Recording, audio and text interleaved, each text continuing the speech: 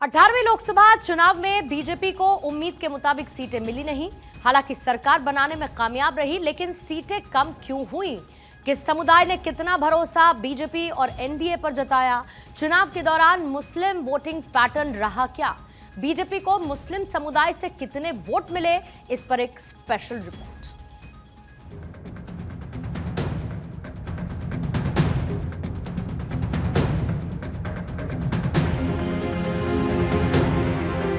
मुसलमानों का voting pattern. BJP को कितने मुस्लिमों का मिला साथ? आम चुनाव के परिणाम आए 10 दिन से ज्यादा वक्त गुजर चुके हैं और चुनाव परिणाम का लगातार विश्लेषण किया जा रहा है। चुनाव के दौरान सभी वर्गों को साधने के लिए सियासतदान जुटे थे और अब तक देखा जा रहा था कि मुसलमान बीजेपी को वोट देने से कतराते रहे। सीएसडीएस लोकनीति के सर्वे के मुताबिक महज 8% मुसलमानों ने बीजेपी को वोट किया। 11% गरीब मुसलमानों ने बीजेपी को वोट किया, जबकि उच्च वर्ग यानी अशराफ में ये संख्या 12% तक थी। निचले तबके के 7% मुस्लिम बीजेपी को वोट देते नजर आए।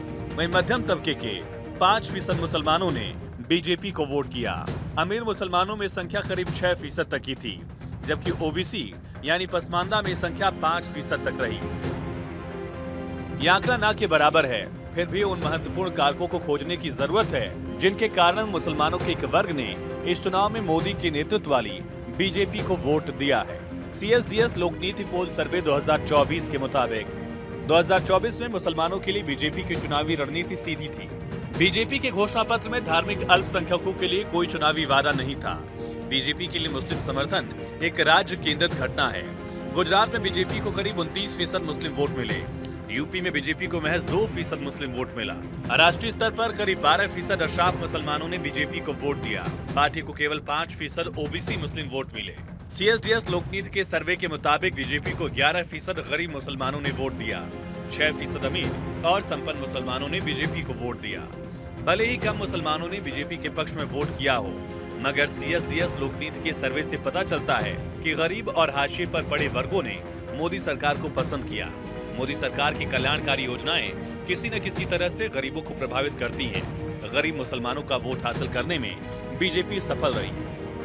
हालांकि चुनाव से पहले मोदी सरकार ने मुसलमानों को लेकर कई सारे कार्यक्रम भी चलाए थे। आम चुनाव के प्रचार की शुरुआत भारतीय जनता पार्टी के मोदी भाईजान के नाम से कार्यक्रम से हुई। ऐसा माना जा रहा था कि गुड गवर्नेंस के नाम पर पारदर्शी तरीके से मुस्लिम इलाकों में योजनाओं का लाभ देने का फायदा भारतीय जनता पार्टी को वोट के रूप में मिलेगा, लेकिन ऐसा नहीं हुआ। न केवल मुसलमान बल्कि हिंदू वोटर में भी विपक्ष सेंध लगाने में सफल रहा। सीएसडीएस लोकनीति के सर्वे के मुताबिक ऊंची जातियों के हिंदू वोटर्स ने बीजेपी का साथ दिया। पिछड़ी और दलित जातियों के वोटर्स ने भी बीजेपी को कम वोट दिए। ऊंची जातियों को एनडीए ने 31.3% टिकट दिया। एनडीए के सांसदों की संख्या 33.2% ऊंची जातियों में से है। ओबीसी जातियों से एनडीए ने 25.5% टिकट दिया।